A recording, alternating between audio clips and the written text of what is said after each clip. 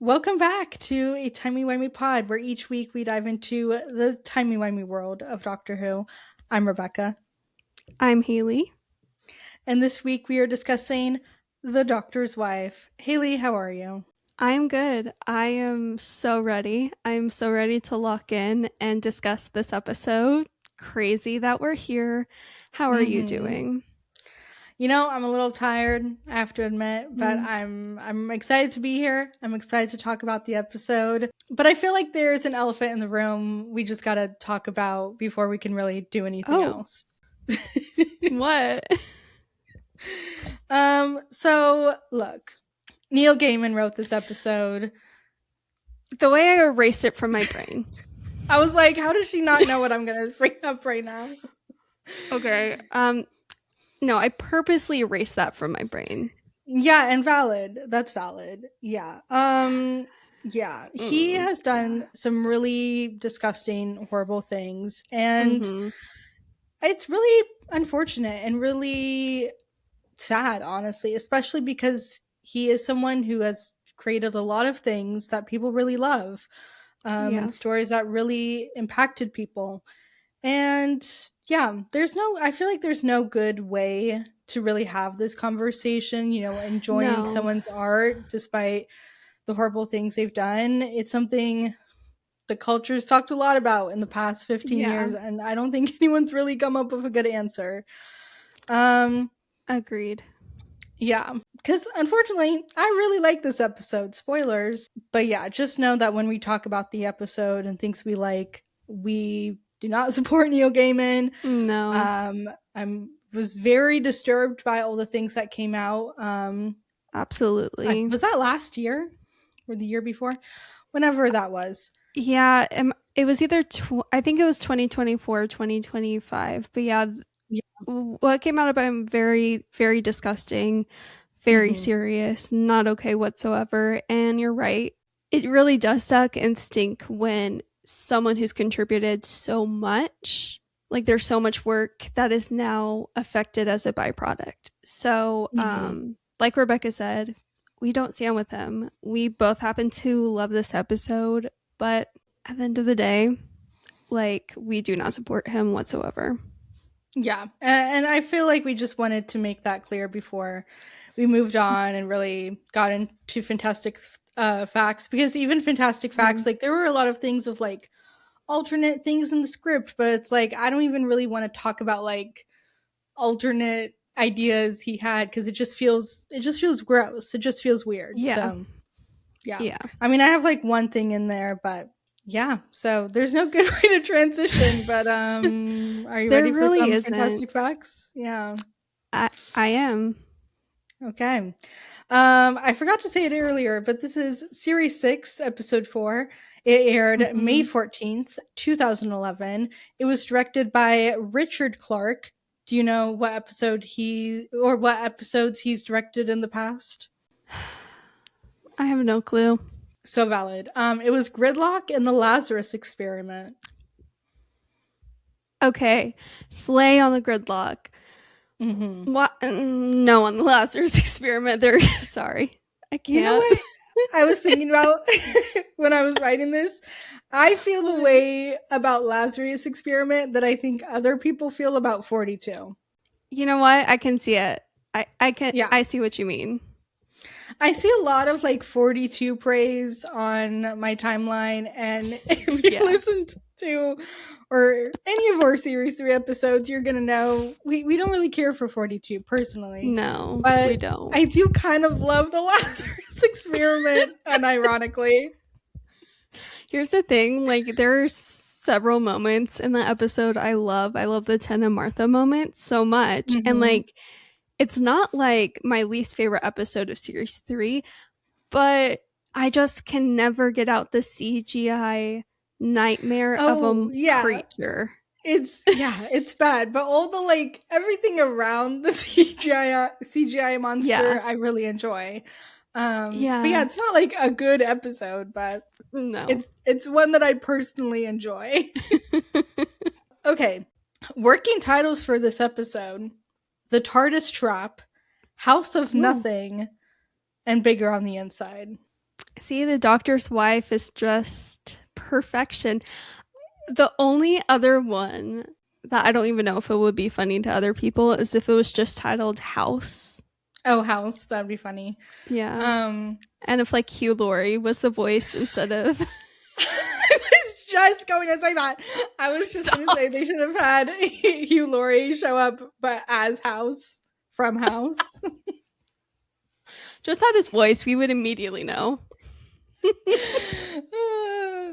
Oh, yeah. I cannot so believe that man is British. Like every time I hear his British voice, it's crazy. No, so insane. Yeah. Yeah, no, I don't like any of those working titles. The only one that's I kind of like is Bigger on the Inside. Like I feel like that's kind of fitting. But The Doctor's Wife just it's so good. It's so yummy. I love it. Same. So 10's TARDIS that we see, 10 and 9's TARDIS interior that we see in the episode, it was purposefully left for this episode because this was originally going to be in series 5. I think we talked about that before, but things got moved around for whatever reason. And yeah, so they purposely kept it up for this episode. They That's originally crazy. I know. They originally were talking about doing a classic console room, but it would have been too expensive to build, which I find that so funny because flash forward 2 years, they would be building a classic console, and they had already torn apart David Tennant's TARDIS, and then they kind of needed to use it later, and then they couldn't. No, the irony is there. Mm-hmm. The original ending of this episode had Amy and 11, because Rory wasn't in it originally because it was series 5, but it had Amy and 11 burying Idris's body, and it would have revealed that House survived in her body. Creepy. I know. Gross. So that's gross. I'm glad they didn't do that because that sucks. Same. No, that would be so, like, that would just ruin this episode, like the ending of this episode. It totally would have. So yeah, but yeah, are you ready to jump into the episode? I am ready to jump into the episode. And should I start with my thoughts or should I start with my own? Oh yeah, general thoughts. I always forget about general thoughts. Okay. Yeah, no, me too. Okay, so I'll say it. We already said it. Like, I really love this episode. This is such an experimental episode and the type of episode that I love to see in the show. Yeah, it's really hard for me to continue being like, oh my gosh, this is like one of the greatest episodes, because I believe that, but also the Neil Gaiman of it all. Yeah, it's hard. It's hard, but him aside, like, this episode is great, and specifically like the performances of every actor in this episode are incredible. And speaking of actors, Rebecca, we have a new show to add to the Venn diagram. Are we talking about the same thing? Are we talking about Victoria? Yes, we are. Yes. Okay. Yes. We may have mentioned it before in the Venn diagram, but it's definitely here. Because the actor who plays Uncle, he was in Victoria. Yes, he played Mr. Pinge, the footman. Is that the official role? Yes. Yes. Yeah. Footman of Queen Victoria. And we will be talking much more about the Victoria overlap in the future, but this is a show that definitely adds to the Venn diagram. Me and Rebecca recently watched the entire show. Victoria, obsessed, perfection. Had to mention it. Give us another season. Please give us another season. But also, I do just want to extend, like, my condolences to the actor who played Uncle and Mr. Pinge, because he did pass away 2 years ago, which is really sad. Oh my gosh. Wait, that's really sad. I know. I have it in my notes, but I found him so funny in this episode. Like, he has a couple lines that really just like had me cracking up, and I had me wishing that he and Auntie were like more involved, like they didn't just like die partway through the episode, that they kind of maybe stuck around till the end, because I just found him specifically really funny. So that's really sad.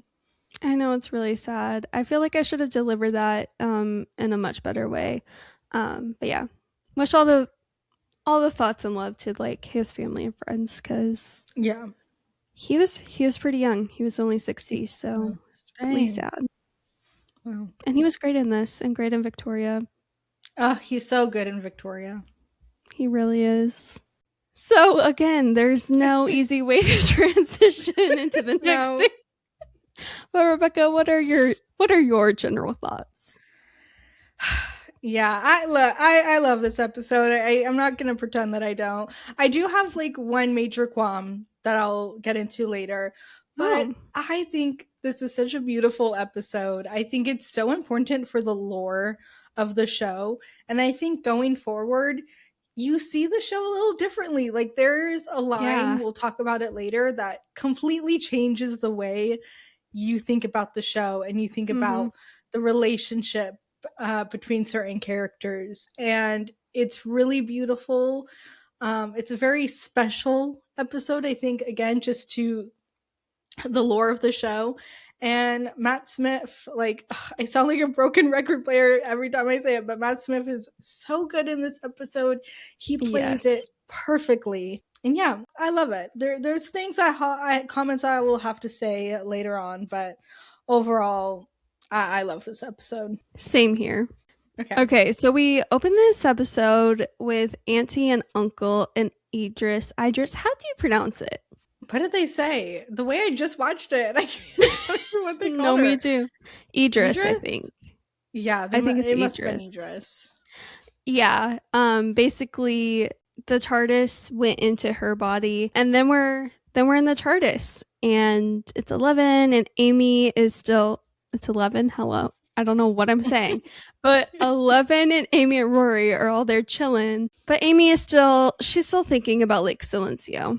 Yeah. And you know what? That's so fair. And I kind of love that she is having such a hard time with it. Like Rory has to keep Mhm. being like, yeah, but it's 200 years from now. And Amy, you know, she's been with the doctor through so much. And it Yeah. really hurts her. And I kind of love that it's something she can't shake. And being with a younger version of him that presumably has no clue. I can't imagine that. That would be really hard. So I don't blame her either for not being able to get over that. Mm-hmm. And then there's a little knock on the TARDIS door, and we got Mhm. mail. We just got a letter. We just got a letter. But I love the doctor's excitement over getting mail, and I Mhm. love his excitement explaining to Amy and Rory what it is. It's a Mhm. message from the Time Lords, and he says it's one of the good ones, which is just such a funny moment. Because yeah, Yeah. typically when we see the Time Lords in the show, they're not one of the good ones. No, it's either Brazilian. Oh my gosh, am I saying it wrong? Is it Brazilian. Rassilon? This is a whole thing back during series 4. But the whole thing with Rassilon and his crew, it's either him and his crew or it's the master. There's never like any in between. So No. I find it so comedic that he's like, "No, I promise, it's one of the good ones." And like he's just so confident. But then that made me think, I'm like, this would be the perfect episode that this would be an episode and a location where the master would pop up. Yeah. No, you're so right, because even watching this today, I was like, I wonder if the doctor, or not the doctor, I wonder if the master's ever like stumbled across this planet. Like, I feel like he would end up here at some point in his time. He probably would. He would be like, "Dang, how'd I get here?" Like it would be T How though does he how get he anywhere? escaped. No, Mm, that is the question. How does the yeah. master get anywhere? There's lots of questions I have for the master that will probably never be answered. But yeah, just the hope that 11 has when receiving this mail is so sweet and so heartbreaking later on. It makes me so sad Me watching too. it on rewatch, because he is like so excited and hopeful. Yeah. And it's like, you know what's coming, and it hurts every time. But then they like land on this planet thing, and the life force of the TARDIS is just disappears and it's gone. And then we get the sequence of it basically going to Idris. And I Yeah. love that scene, just the orange glow, the TARDIS Mhm. wheezing sound. It's so good. Yeah, it's so good. And I always crack up when 11 is trying to explain where they are and like what the situation Mhm. is to Amy and Rory. And he's like, it's like we're in a tiny bubble universe on the outside, like sticking to the outside of the bigger bubble universe. And Amy's like, is that really how it is? And he's like, yeah, I mean, no, but if it helps, yes. Which is really funny.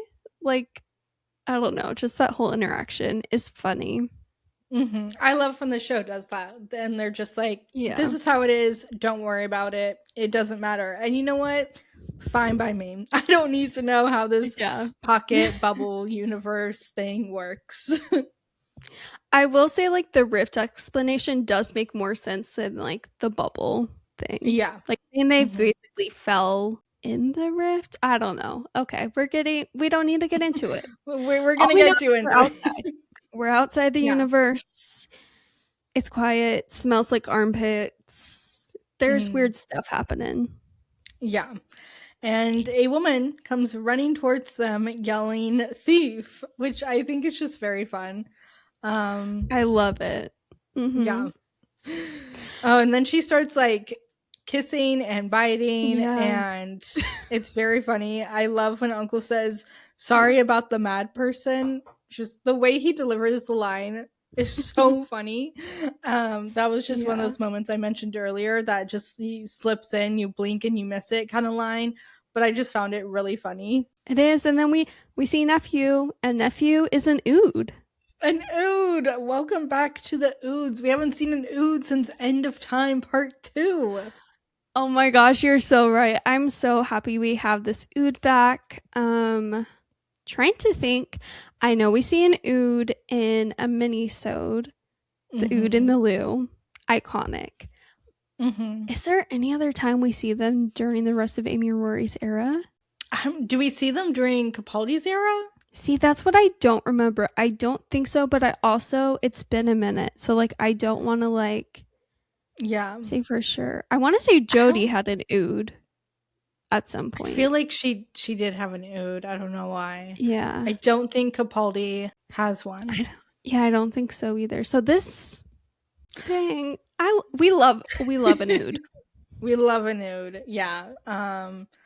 Yeah, besides that mini-sode, this is the last ood appearance for a good long time. Which makes me sad, but we find out that basically like this planet situation, whatever it is inhabited by like House, who's like an asteroid, but kind of like a sea urchin kind of situation.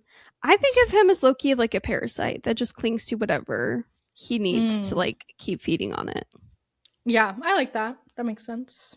But yeah, he's repaired all of them, like auntie and uncle and nephew, which is Mm-hmm. very interesting and kind of creepy. Yeah. Yeah. It's definitely giving Girl in the Fireplace people. No, The it is. Clockwork It Toys, is. yeah. It is, but kind of like worse and creepier because Uncle, spoiler alert, but we're getting a little ahead. But 11 discovers he has the Corsair's arm. No, it's the aunt that has it. But yeah, that Oh, my that bad. was crazy. Crazy reveal. But can we talk about how Idris, like, as soon as they meet, she starts like basically fortune telling? I don't know. Her psychic I capabilities are evident. Yeah, I love that aspect of this and how time is just like not a thing for her. She's Yeah. just seeing everything all at once. I love later when she talks about how she has 30 different TARDIS consoles saved, and the doctor says he's only changed it like 12 times or something.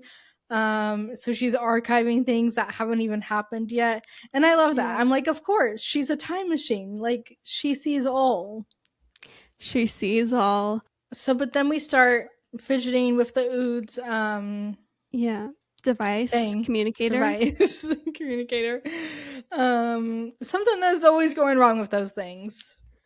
Always, always. And as 11 fixes the communicator, the audios of just all of the Time Lords, they're all happening at once. And this is always like so haunting to me to just like hear all of their distress and like fear in all of these boxes. And 11 still thinks in this moment that maybe there's like some extra Time Lords hanging around, but just like knowing every rewatch that the Time Lords are long and dead. It's so sad, so dark. It is. It's really sad. I love the sound design in that moment, like hearing Yeah. all the different voices, all the distress signals. It's really it's really interesting. So he House tells them they can stay as long as they want. And so the doctor, Amy and Rory start poking around a little bit because he really believes that they are here. He's like, I heard Time Lords, they are here. Yeah, he's so hopeful, which I find so interesting because I feel like in previous episodes and stories, like in Utopia, the doctor's like, no, no, no. Like, what do you mean? That's not another Time Lord. Like, no, no, no, Yeah. no. So I just like, I always find it so interesting how in this episode, he really like immediately jumps to hope. Because I feel like in other stories, he's jumped to suspicion. But then I can also like understand that, like, this is a different like situation. Like, he got a piece of Time Lord mail in deep space, a knock on And his from Tardis door. and from someone he knew, someone that was a friend Yeah. of his. Yeah, and I think when you have like something tangible like that and you specifically know the person, like he knows who it is, it makes it all that more real. And of course he's going to want to help, which just makes it even sadder when he discovers all of the boxes. Yeah. I before we get there, I want to talk about the conversation that he and Amy have because Amy's like, well, if you do find them, or she says something like, you told me about the Time Lords and you told me what you did, and if you find other Time Lords, you're gonna have to tell them too. And the doctor Yeah. says, I'll explain it, they'll understand. And she clocks him. She says, you want to be forgiven, which yeah, just it cuts deep. And I think for him it's also just the idea that, he couldn't save his people, but maybe he can save this group of Time Lords. I think that's what's really pushing him in this moment. And yeah, to have other people in the universe like him and someone he can explain the Time War to and get that forgiveness.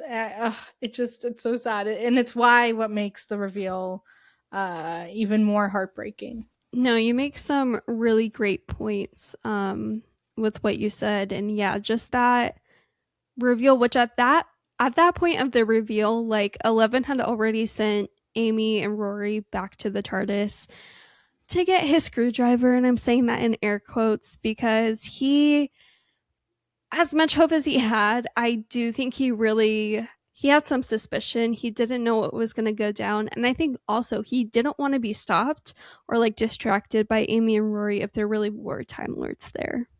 Yeah, no, it makes sense. It's classic Doctor to send them away. Yeah. I love when Amy tells Rory to look after the Doctor, and the Doctor tells Rory to look after Amy. And then when they're going back to the TARDIS, Rory says he'll be fine. He's a Time Lord, and Amy says a line that is one of the best lines ever. She says, "That's just what they're called. It doesn't mean he knows what he's doing."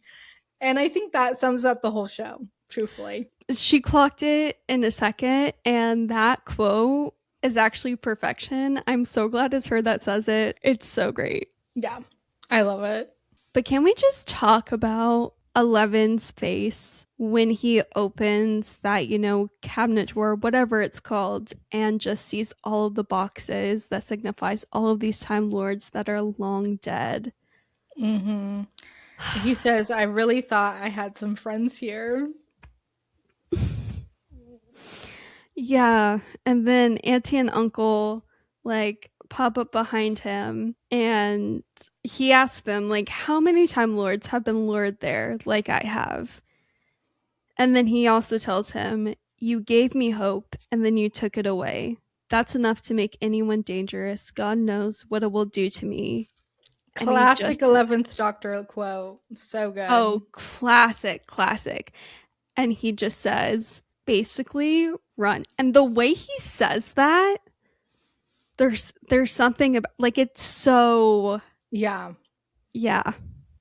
Yeah. There's like I not even don't even know words. how to describe it, but yeah, it just, Exactly. ooh. Another It's uncle moment incredible. that really made me laugh is when the doctor tells him, you have the eyes of a 20-year-old, and he says, "Oh, thank you." And he's like, the doctor's like, "No, you actually have the eyes of a 20-year-old." Yeah, that part always makes me laugh too. And yeah, again, just like the whole thing with the Corsair's arm and 11 just being beyond angry, beyond Mhm. upset. And I don't blame that man one bit. No. No, I love especially when the 11th Doctor gets angry. There's something about Nothing it. like it. Yeah. Yeah. Yeah. Um Also, I wanted to say this earlier, but the concept of a Time Lord getting the same tattoo in every body is really interesting to me. I just really like that. Wait, what do you mean? The this guy, he got the same tat the doctor says earlier in the episode in the TARDIS that he got that snake tattoo in every body he had. Oh, sorry, I totally misunderstood you. I thought you meant No, that you're every good. Time Lord had that tattoo, and I'm like, no, they don't. What are you Oh. talking about? No, okay, I know what you're saying. Yeah, that is funny. And he mentions that also earlier that the Corsair has been both a Time Lord and a Time Lady. Yes. So yeah. I guess this was like the first time that the show confirmed that that could be a thing. Oh, Um T. yeah, which is fun. That is fun. And now I'm going to talk about one of my favorite moments from this episode. It's back up with Idris, and she starts talking, and he just starts slowly realizing she actually is the TARDIS. And I cannot get over Matt Smith's face when he says, and I said you were the most beautiful thing I had ever known. And then she says, and then you stole me and I stole you. And as soon as she says that, he's like, yep, that's my TARDIS. That's my girl right there. I love the way he delivers the line, "My TARDIS." Mm-hmm. I don't know why, just the way he says that, I love it. I love how she says, "I was already a museum piece when you were young." And yeah, the way they talk about that moment of him seeing the TARDIS for the first time, it just, in that moment, I don't, every time I watch this episode, no matter how many times, that moment of him realizing this is his Mm-hmm. TARDIS is just so exciting, and so cool. And then I love when she is like, "This is the part of the conversation where you open the cage," and he does it. No, he just does it. He does. And right before this, 11 tells her, I borrowed you. And she replies by saying, borrowing implies the eventual intention to return the thing that was taken. What makes you think I would ever give you back? Yes, I love that. Like how Yeah. they kind of stole each other in a way. They both wanted to just go Yeah. off and see the universe. I love it. No, I love it so much. And yeah, you're right. He opens up the cage. Hmm. So then we're back to Amy and Rory in there there's so many like TARDIS. It's hard to refer to, but they're back in the TARDIS console room, the physical Yeah. TARDIS, and they start realizing everything's going wrong. You get that green smoke around the TARDIS, which I think actually looks really Yeah. good, Same. effects wise. I love the moment where Amy just asks Rory to hold her hand when it's all like dark inside. Very sweet. Yeah. But House is holding Amy and Rory hostage now. He has hijacked the main TARDIS. He's hijacked Yeah. the TARDIS. He's I hijacked was the dead thinking. TARDIS. Yeah. I love when Rory is like convincing him why they should stay alive. And he's like, "Well, it's more fun if you keep us alive." And then he's like, "I had a PE coach just like you." No, it's great. And like low key, that was smart. He ate That with bought them that. He really time. did. Yeah. Yeah, and like House wants to go into the universe to find more TARDIS.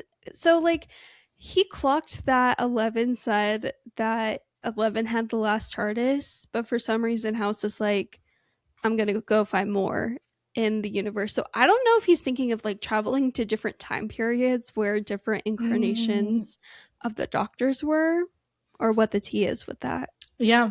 Who knows? Who knows? I guess he was just trying to Also, survive. how have we not discussed yet how the voice is Michael Sheen? Oh yeah. Yes, Michael Sheen is House, and Hmm. House is Michael Sheen. Yes, I love that he's the voice. He does a great job. Yeah. The voice work is really good. It's very menacing. It's very like Dreamlord vibes. Oh yeah, Um, definitely. yeah. So I love it. Yes. And for anyone who's like, Michael Sheen, what's the connection there? I'm sure you already know the connection. There's two different connections I can go talk about. I'll talk about the one that I loved. Michael Sheen and David Tennant had a show during the pandemic called Staged, which was really funny. Yeah, yeah. There's I love another their. connection there with the writer of this episode, but we're not going to talk about it. Go there. But I love their friendship and like Me their too. families are very close. It's just very, very fun. We finally get to see more of the TARDIS in this episode, but it's just the hallway.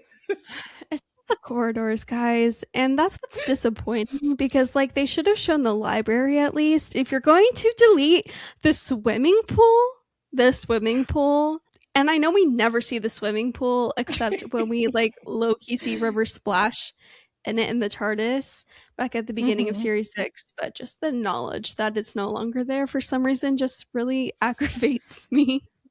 Well, spoilers. It does come back because we Oh will wait, it kind of does? see it again in the future one day. Me literally forgetting and not knowing what you're talking. Oh wait, is it It's Journey to okay. the Center of the TARDIS? Yes, a I very have like similar episode. amnesia. I have amnesia with that entire episode except for one specific scene. Yeah, I mean, it's not a big moment. Clara just literally walks past a green screen of a swimming pool. Yeah, I have no memory of that whatsoever. So Yeah, so valid. Yeah, another episode where they could be exploring the TARDIS, but we mostly just see corridors. So, that's what's a bummer. And yeah. I get it, budget, but also no. Yeah. Also, the wardrobe. We could have seen the wardrobe. They could have green Oh, screened the wardrobe. the wardrobe. Just give us the damn wardrobe, please. Or the bunk bedroom. Like Amy or Rory Bunk walking by their bedroom. bedroom. Mm-hmm. Which I find Yeah. so funny that they have bunk beds. Oh, hilarious. I love it. Okay, but then we're back with the Doctor and the TARDIS. And they decide that they are going to build a new TARDIS. And they are in this junkyard looking at all these TARDISes. And I love the moment where the Doctor is like, "Are you thinking what I'm thinking?" And she says, "I'm thinking all my sisters are dead, that they were devoured, and that we are looking at their corpses." And the Doctor's like, "Well, I wasn't thinking that." And she's like, "Yeah, I know." Yeah, which like that watching that moment today, I'm like, wait, this moment is actually really sad. Yeah, it's really sad. Like she sees all of her sisters just like out there dead, and it's so sad. And still, she's like, "No, boo, I know what you're thinking. We're gonna Mhm. build a Mhm. TARDIS for a Yep. new one, a And you don't temporary care that one." it's impossible. Yeah. Yeah. I do love like the start of the music in that moment. I find that really Mhm. fun. Can we talk about how he finally asks what her name is? Before we get into the name, I do want to bring something up. She says 700 years and finally he asks, is he not in his 900s? Yeah, but he had like all those years before he ran away. So he was like a couple hundred years old at the start of everything. Yeah, he was like 200 when we first meet William Hartnell. Interesting. Very Yeah. interesting. Yeah, he had to have that kid, he had to have that granddaughter, he had You know to, what? You're right. live his whole life with the master, the Wait, academy, all the is that though when trauma. he had his kid? Or is he yet to have his kid? You know what? I don't care what RTD2 said. I was literally thinking about this while vacuuming on Saturday. I don't know why. I was thinking about that moment in RTD2 and I was like, I hate that and it's not real to me and I refuse to think about it. It's weird. It just like doesn't even make sense. Even with the timey And it, wimey of it all. and Russell was literally contradicting things he wrote in his first era. He was And contradicting the doctor's things that, daughter. yes, in the Doctor's Daughter, in the Doctor Dances, so many other Fear Her. So Oh I'm my, getting too heated. second week in a row we're bringing up Fear Her. But you know what? It's for the right reasons. Everyone Fear sleeps on Her, it. Fear Her stands rise up. back to the name of the TARDIS. Rebecca, do you want to share with the class what 11 calls her behind closed doors? He calls her sexy, but only when they're alone. And she says, well, we are alone. It's very much a sign of the times, but it also is still hilarious to me and fitting. It's so 2010s. Like, I don't even know how to explain it, but if you were there, you were there. Yeah, definitely. Yeah, very fun. I love the little like argument they have while he's like trying to carry that, or not carry, but drag that big TARDIS console piece. And he's like, I have done this before. I've assembled a TARDIS before. And she's like, you're not like a 9-year-old trying to rebuild a motorbike in your room. And then they have the whole bit about the doors opening. Someone finally calls him out for pushing the doors in, even though they say pull to open. Yes, and she also calls him out on never reading instructions. Yeah, yeah.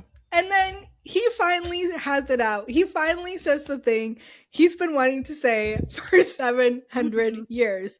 Look, you haven't been very reliable. You haven't always taken me where I wanted to go.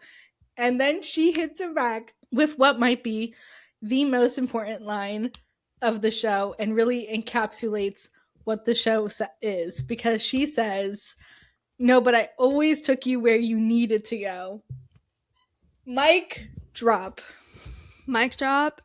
That line. That line, Yeah. like, in my brain are the Tumblr images. In my brain are the current TikTok edits using this clip. Like, this clip has lived on, has encompassed the show, and is one of the most important lines of this show because it puts everything, like, everything clicks and makes sense as soon Yes. as you hear this line. Yeah. It suddenly you were seeing the world with new eyes. Like, I remember the first time Yes. watching this, the first time hearing that line and being like, whoa. Yeah, she's Yeah. right. She did always take him where he needed to go. And it truly changes everything. And hearing that line will change the way you look at future episodes and look at past Mhm. episodes, because she took him where he needed to go. Yeah. And the way, like, you look at the TARDIS and look at the relationship between the Doctor and the TARDIS, regardless of, like, incarnation or season. Like, Mm-hmm. it really just puts all of it into perspective. One of the best lines of the entire show. Iconic. And the Doctor's really enjoying this. He's really like, Yeah. the TARDIS is the one constant in his life, and he's really loving that they can just have this verbal back and forth. And he says, like, wouldn't it be great if we could talk all the time, even when you're in the box?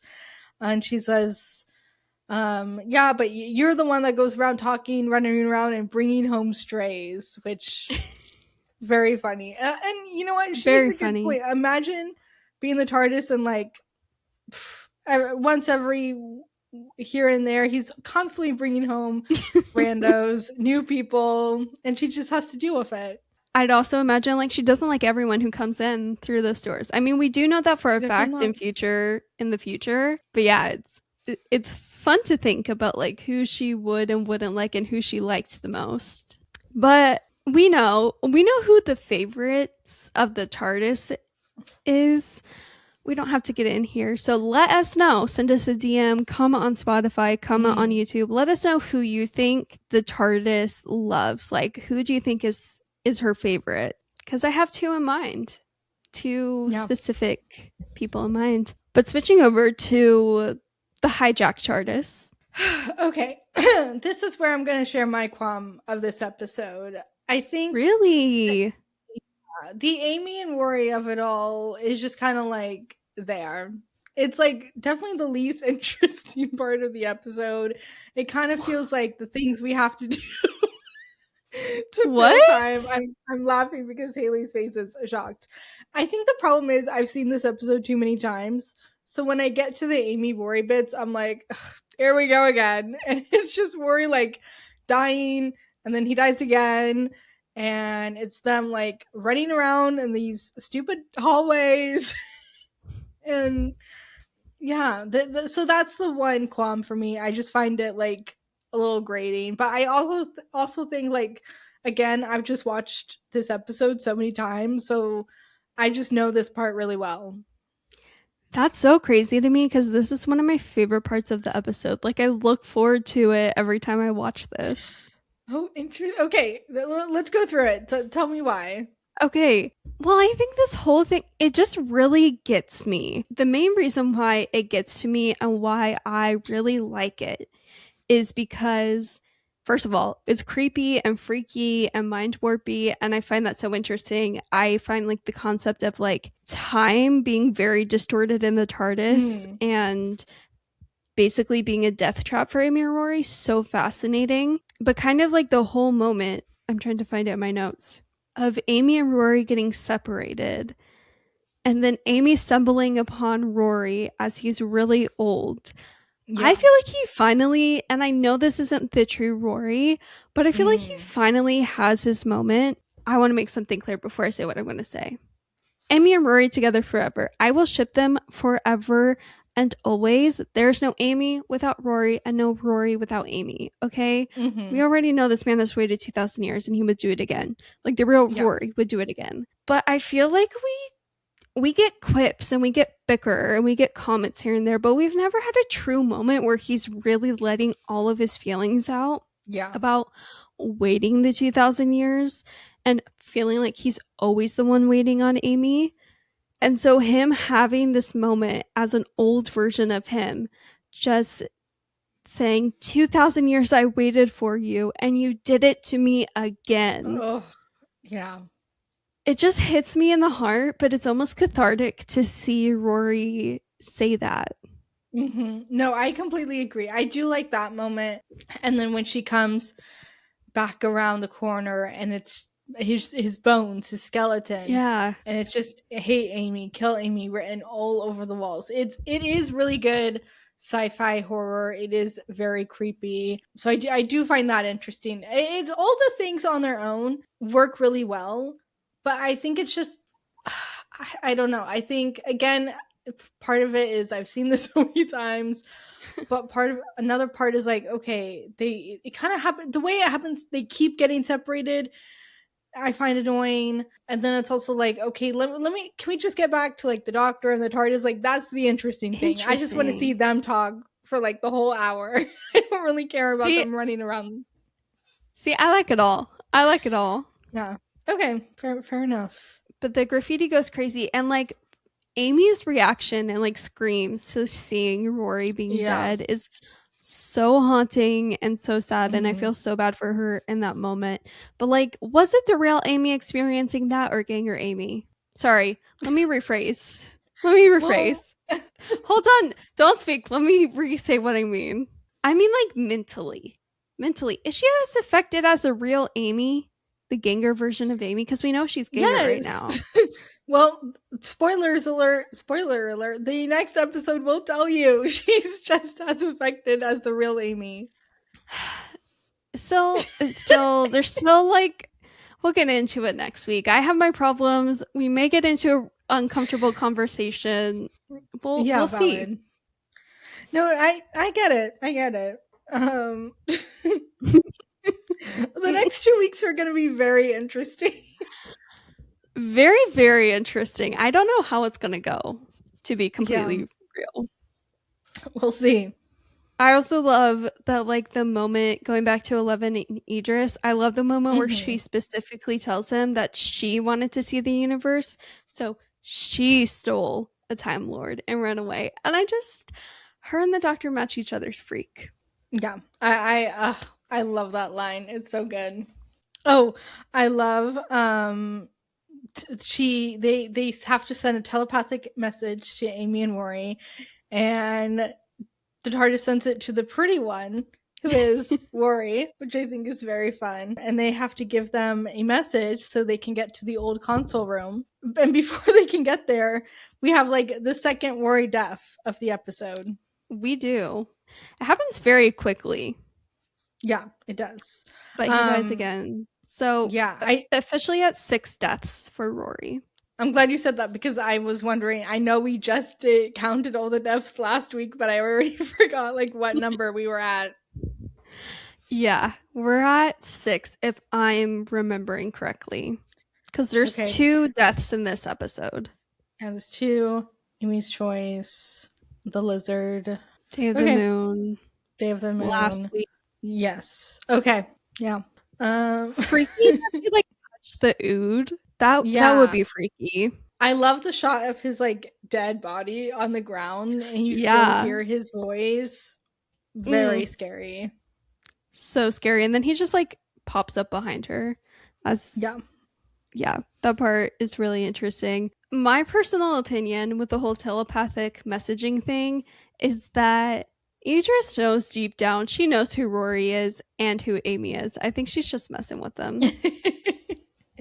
Yeah, I can see that. I can also see like she has so many things in her head at one time. She's here with Amy and Maury, and she's in the future with the Oh, doctor yeah. and whoever, and she's in the past with the doctor and whoever. So I get it. She doesn't have Fair time enough. for things like which one's Amy and which one's Maury. Single mom who works 2 jobs, who loves her kids and never stops. Exactly, exactly. Sorry, that was so random. I love when they get to the door and Amy realizes that she has to like feel the words, not just say them. And Yes. it's 11 delight petrichor. It's crimson 11 delight petrichor. Petrichor. Petrichor. Petrichor. And I love when she thinks of delight, she sees her wedding day. I know. It's so sweet. That makes me so happy. I know. I just love the added detail that like it could be like any they could have just done like any moment, but they chose like a day from the moment from her wedding. And I don't know, I just love it. Me too. And then Mama, I'm home. I'm back in the old TARDIS. We're home, y'all. We are back. We are I'm back home. into comfort. And look, 11's TARDIS, always forever number 1. But like 9 and 10 TARDIS, she's home. She's my comfort. Mhm. Yeah. She is my safe space. It really feels like coming home. I look, I've said it. The current TARDIS we have, 11's TARDIS is my favorite, but Same. something about 9 and 10's TARDIS, that's home. I know I'm safe. No, Yeah. I know I'm safe there. I know I'm good there. And seeing it, sight for sore eyes. It makes me so happy every time. And the dark lighting, it's reminding me of series 2. I half expect David Tennant and Billy Piper to walk around the corner. They're about to come in through those doors. Yeah, exactly. And yeah, it's very fun to see Amy and Rory here and see 11 here. Like, it's very fun. I love it. No, I love it so much. I love like I'm gonna call it the temporary TARDIS, how it materializes, how 11 and Amy and Rory reunite with Idris. And I love the whole back and forth with Amy and 11, where she's like, did you wish really, really hard? Because he's like, she's a woman and she's the TARDIS, which again, very 2010s line, but it is really funny the way it's delivered. It is. I love it. And he's like, shut up, not like that. No, it's very fun. It is. And something that I think they did well in this episode is the relationship between Eleven and Idris. Yes. Like Yeah. every single thing makes sense. And like the Hmm. title of this episode, like she is the doctor's wife Yeah. in their own unique way. Hmm. And I think Matt Smith plays it all really well. Like, this is how Yeah. the doctor would react to finally getting to like talk and speak to his TARDIS. It's just, it's so fun to watch. Something that's not fun to watch is R.I.P. Nephew, aka the Ood, Yeah. Yeah, RIP. We don't even see him die. He just, evaporates, yeah, dematerializes, if you will. dematerializes. Yeah, and the doctor says, "Another Ood I failed to save." He's failed to save a lot of foods. It's actually a problem. Yeah, yeah. I It's mean, why he they had could to write that. have. Sorry, go ahead. It's why they had to write that whole series 4 episode where they kind of help You saving know the what? Yeah. civilization. No, you're right. You're right. I was just thinking back to like the Impossible Planet when those oods couldn't be saved, which is, anyways, Oh, it is very sad. um, it's sad. But House is out to get everyone. He's out to get 11. He wants a TARDIS. He wants more. He just wants to keep feeding. And 11 kind of tricks him in, is like, hey, you got to keep us alive because you need my help with the engines to go out of the rift into the universe. And so I find that interesting. And of course, we all know 11 doesn't actually trust House. Yeah, I love when he deletes the console room and then they end up back into Eleven's actual TARDIS room. Mm-hmm. And House is like, "Hey, I'm gonna kill you." And the doctor's like, "Well, let us just congratulate you on being a worthy opponent." No, that part is really funny. And I love the way he's like, ha, fail safe. Yeah. Like, Hmm. basically, whenever something's deleted, anyone who's living like gets redistributed somewhere else. Sorry, I just tapped the mic. I find that really funny. And then he gets so upset and he's like, fear me. I've killed hundreds of Time Lords. And we get the absolute line from 11 where he says, Hmm. fear me. I've killed them all. Mm. The amount of Gagged. times that line is put into an edit, Mm-hmm. and I eat it up every time. It hits every time. Every single time it Yeah. hits that line, No, it's so something about good. it gets stuck in my head. And it's a pleasant experience when it gets stuck in my head, although it's a very dark line. It's very dark, but Matt Smith delivers it so well. Oh, So it's so well. good. So, so good. And then 11 is like, you made a very big mistake. You took her out of her home, but now she's back in the box again and she's free. As she should be, guys. As she should be. Hmm. I love the effect of the like TARDIS light like swirling around the console room, and the Yes. green light is disappearing, and it's just like this battle of lifeless voices, forms, creatures, whatever you want to call it, Mm-hmm. or for not lifeless, formless life forces, Yeah. um, battling it out, and it's very fun. I love the visual. Not oh my gosh, I'm saying the opposite of what I mean because I said visual, but I meant like audio. The audio in this moment of House like dying. He's like, "Oh no, Idris!" Oh. Yeah. Yeah, she gets him as she should, as it's Hmm. deserved. And they have to say goodbye. They do. And it's actually so sad. It is. Something we haven't talked about. The whole episode, the TARDIS is looking for this one word. She's looking Yeah. like there's a specific word she wants to say, and she finally figures it out at the end. This big sad word was alive. And the doctor's like, alive isn't sad. And she's like, it is when it's over. I'll always be here, but this is when we talked. And that just, it always gets me. It's so sad. No, it's so, so sad when she says that. And the hello doctor. Like, 11 in this episode went from thinking that he was going to reunite with some Time Lords. And then when he discovered they were gone, he was so excited he could finally, like, converse with the TARDIS. And now she's gone and she's been there through everything. And he lost it all in this episode, all of his hope all over again.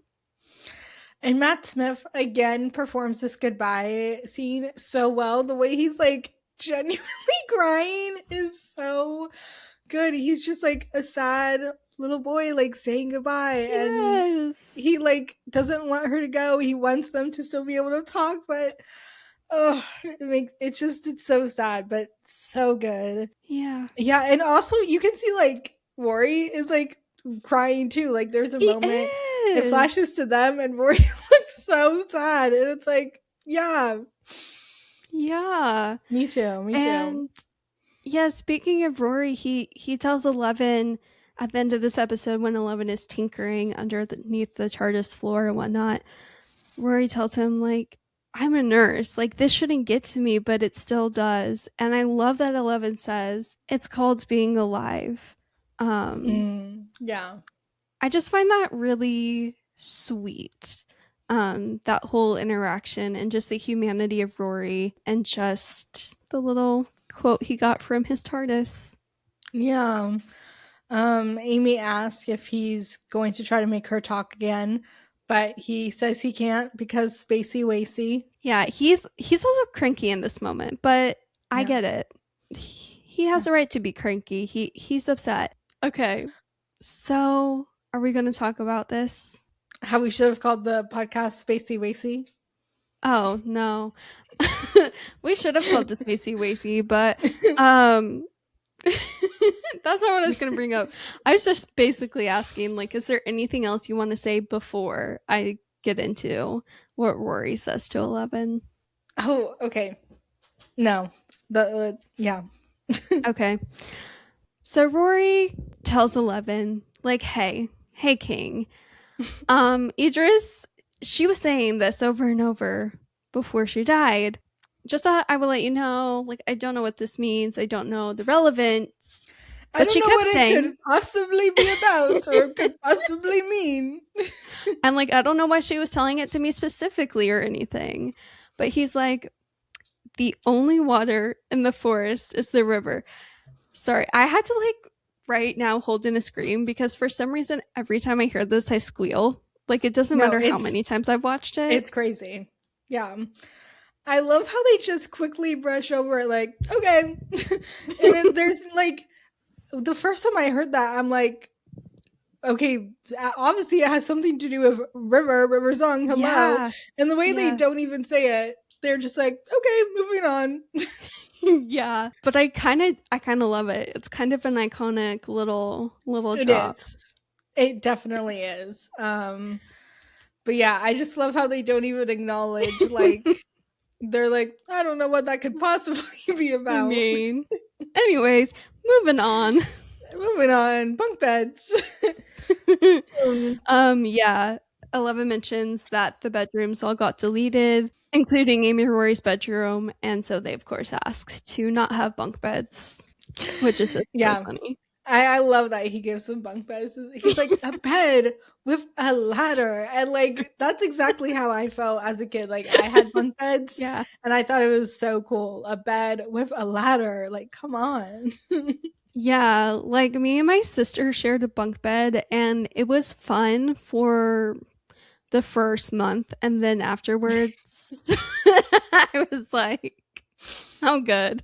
I think part of the problem is I was stuck on the bottom bunk. I think if I had the top bunk, I would have lived for it. Yeah, I had the top bunk for a long time. Because we had bunk beds that were like that's right 2, and then we got bunk beds that had like 3 beds. It was like 2 stacked and then 1 connected at the corner. I'm showing it on the pod, but if you're listening, I don't know how to explain it. And then there's Yeah. a desk on the other side. And I was like on the top with the bottom underneath. And my little sister Hannah, she like begged me to switch with her because she was at the bottom and I was on top and I didn't want to switch, but then finally, like the good sister I am, I agreed to switch. And guess what? She wanted to switch back almost immediately. Jail. And at that point, I realized, oh, I actually like the bottom bunk, especially because I That's was so getting a little funny. older at the time. So I wasn't going to switch back. And she was pissed. That's so funny.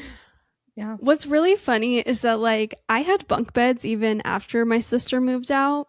So at that point, I think I did sleep on the top bunk. Oh, dang. No. I don't know. Anyways, hope for Amy and Rory they didn't get bunk beds or anything crazy. Hopefully they got a normal bedroom. I need to give it to Rory for asking the real questions. The questions Yes. I want to know. Because he asked the doctor if he has a room. And Amy doesn't even let the doctor answer. Amy just drags Rory away. And I say, no, because I also want the answer to this. I think about this all the time. Yeah. Okay. So I have two things of note to say. One, I agree with you. I think about this all the time. Like, what's his room like? What does it look like? Does he need to sleep, or is it just something he does? How long does he need to sleep? Like, what's the situation? But then the second thing is, and I lost the comment on Reddit. I lost it. I didn't save it. So I can't credit anyone with this. But they said they think the reason why like Amy just like pushed Rory along is because she knows the doctor's bedroom like is the control room. Like he sleeps with his wife.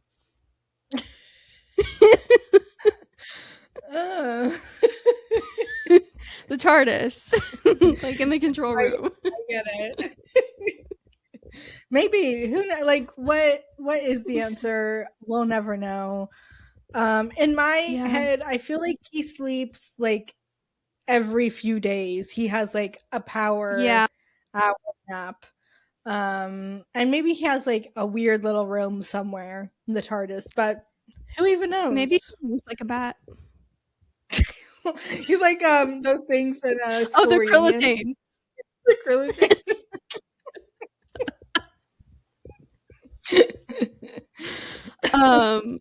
But I find the end of this episode so sweet where he's just like, girl, can you hear me? Can you hear me, old girl? And she just automatically, the control thruster, whatever it's called, just powers on. And I just find that so sweet. I know. I love it. And I love Matt Smith just darting around the TARDIS, the little spin he does. And it's just the perfect, most beautiful ending for this episode. Agreed. I forgot to mention it earlier, but I love in the scene before under the console, he asked the TARDIS, you know, where should we take the kids this time? Oh, very fun. Yeah. No, I love that. But no, I love this ending. I think it's so perfect. No, it's absolute perfection. Yeah. We forgot to mention Auntie and Uncle died. Oh, yeah. R.I.P. R.I.P. Like, I'm not that sad about it. I'll be real. Yeah. I do think it's funny that when they just kind of like die, they just stop. And the doctor's like, what do you mean? You can't just do this. Yeah, no, his reaction is really funny. Yeah. So, Rebecca, I think we both know who the star of the show is. No question in this episode. Oh, yeah. Yeah. This episode, like, I feel like the star of the show category was kind of made for episodes like this. Yes. Because we have to give it to the TARDIS. Incredible. The actress who played Idris, phenomenal, impeccable, so good. Phenomenal chemistry with Matt Smith. They both sold it. They both make what this episode is. Her especially. Shout out to her. She is the star of the show. Yeah, she really makes this. The chemistry with Matt Smith is perfect. Yeah, And yeah, it's really what makes this episode as special and as memorable as it is. agreed. Haley, what is the heart of the episode? The heart of the episode is sometimes you have a plan in life, you have somewhere that you're planning to go, but sometimes that's not where you need to be. Yeah. Sometimes there's somewhere else you need to go. And you'll always go where you need to go. Exactly. Yeah. Do we have any reviews from the past? Yes, we do. So this first one it's kind of more of a comment, but I thought I would mention it, and it's from the original discussion thread on the Doctor Who subreddit Ooh. from 14 years ago, and it is by the user Squirrely Reading, and they wrote that as a fan for close to 25 years, that was an amazing episode. I have to say, I feel like they must wax up the console room floor to let Matt Smith glide around the floor like it's an ice skating rink. They must, yeah. Imagine it being your job to clean that set. You know what? I don't know if I'd complain about cleaning that. Oh, I would love that to be my job. I would I live would. it for it. I would have too much fun with it, though. Yeah, I would be really annoying, actually. Yeah. Also, like being a fan for that long, 25 years, and watching this episode, that must have hit so hard. No, like I can't even imagine as Yeah. a fan for that long, like how this episode hit. So Mhm. I loved that comment. And this next review I have is from IMDb. It is by the user Base Chick and was written on May 17th, 2011. And they wrote that, well, first off, they rated this 10 out of 10, as they should. Mhm. And they said that something that's been missing for me from the more recent Doctor Who episodes is a sense of wonder. Sometimes there's silliness, but it's been feeling a bit hollow to me. This episode was different from the others, and that's a good thing. The TARDIS made an excellent humanoid and was well written and very well played. The Doctor's deeper relationship with the TARDIS adds something more to the show, something I like. Neil Gaiman's interpretation of the Doctor, his companions, and the situation he's trapped in was sometimes just a little predictable, but it didn't hurt the overall good feelings I had by the end. Exciting, playful, magical, with plenty of sci-fi, a little fantasy, and a look further into the TARDIS than we've been before. Great episode. And I can't say it better than that. Exactly. And I felt like that was like the perfect review to read and Dawn, because we're not reading any negative reviews for this episode. Like we started it off with negativity because of the writer. Like Yeah. we can end it on a higher note, because something that I do love about the show is that ultimately through it all, the fans are what make the show. They're what keep everything alive and keep things going. Not the writers and not necessarily the showrunners. It's the fans. And so Exactly. this episode is another reminder of that. And we'll have plenty of negative reviews to read for the writer's next episode. Yeah. Yeah. Mm-hmm. Yeah. Well, with all that said, thank you guys for sticking it out with us for this episode. We hope you've enjoyed it. If you have, feel free to please go follow us on Instagram and TikTok at TimeyWimeyPod. We post fun little snippets, little clips from the episode. We always let you know when a new episode drops, and if we have to skip a week for whatever reason. So follow us on there. And make sure to email us anything and everything to timeywimeypod@gmail.com. And we will talk to you guys next week. Bye, guys. Bye. Ta-ra. Ta-ra.